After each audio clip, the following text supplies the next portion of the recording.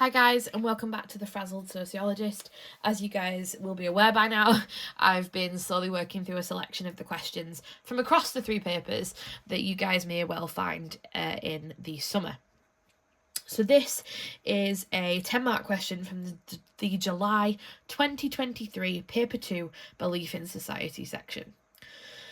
So, outline and explain 2 ways in which globalisation may have influenced religious beliefs and practices of minority ethnic groups in the UK. Immediately on a 10 marker, we want to be thinking Peel.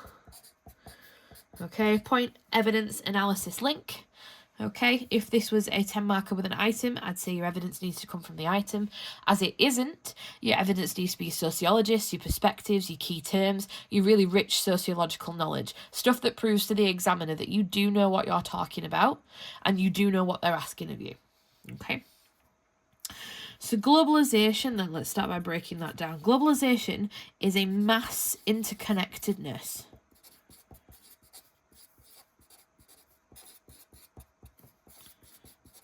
Okay, from across the globe, usually fueled by media and tech advancements.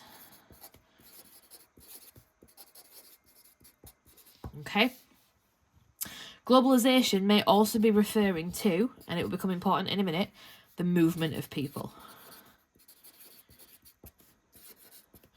People are much, much more able to move freely across the world now. Okay. When we're talking about religious beliefs and practices, we want to be talking about worship. We want to be talking about idols. We want to be talking about gods. We want to be talking about ceremonies. Anything of that nature that somebody would argue to be a religious practice. And obviously minority ethnic groups, we're looking for EM individuals. Okay, it's everybody who isn't classed as the white UK population.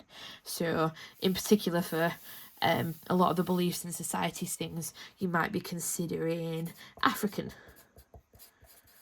groups. You might be considering Indian groups.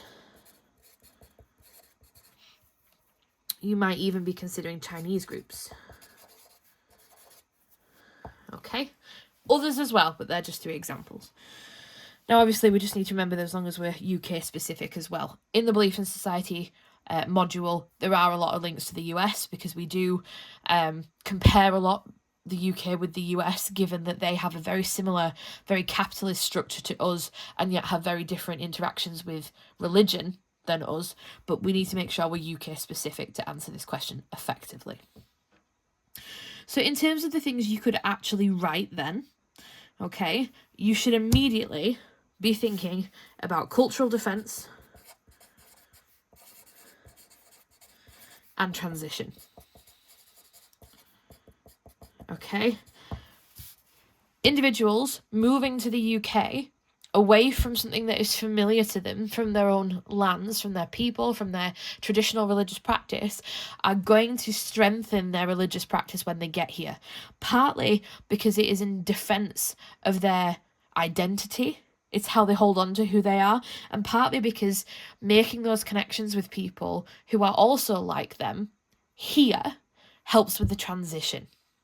So cultural defence and transition are really important for ethnic minority groups, okay? You will find that their religious participation will spike upon the arrival in the UK, okay?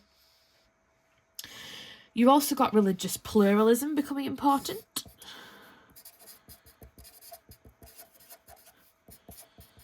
You might find that somebody from an ethnic minority group who comes to the UK maintains some of their quite traditional practices, but also adopts some new ones commonly found in the UK. They may have a Christian spin on some of their more traditional practices because they have taken on, in a way, like spiritual shopping, other practices and other belief systems that appeal to them and sort of amalgamated that into their own new version of religion. And we call it religious pluralism, having beliefs from more than one belief system, religious pluralism. Okay. Obviously, you should be looking to mention the impact of the media in there somewhere. Spiritual shopping, if you can link that in, that would be great. The whole point of globalization and this mass interconnectedness is that you can choose because you are familiar.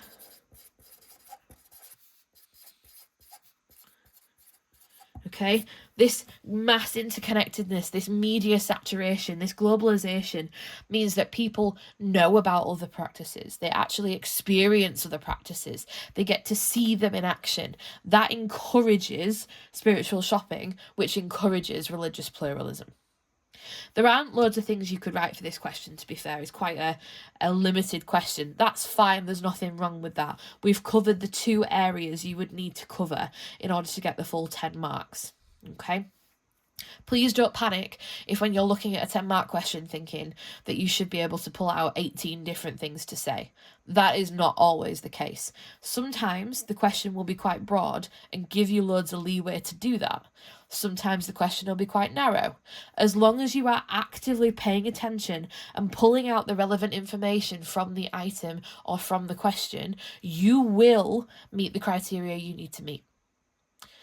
I hope that helps. I'll see you next time.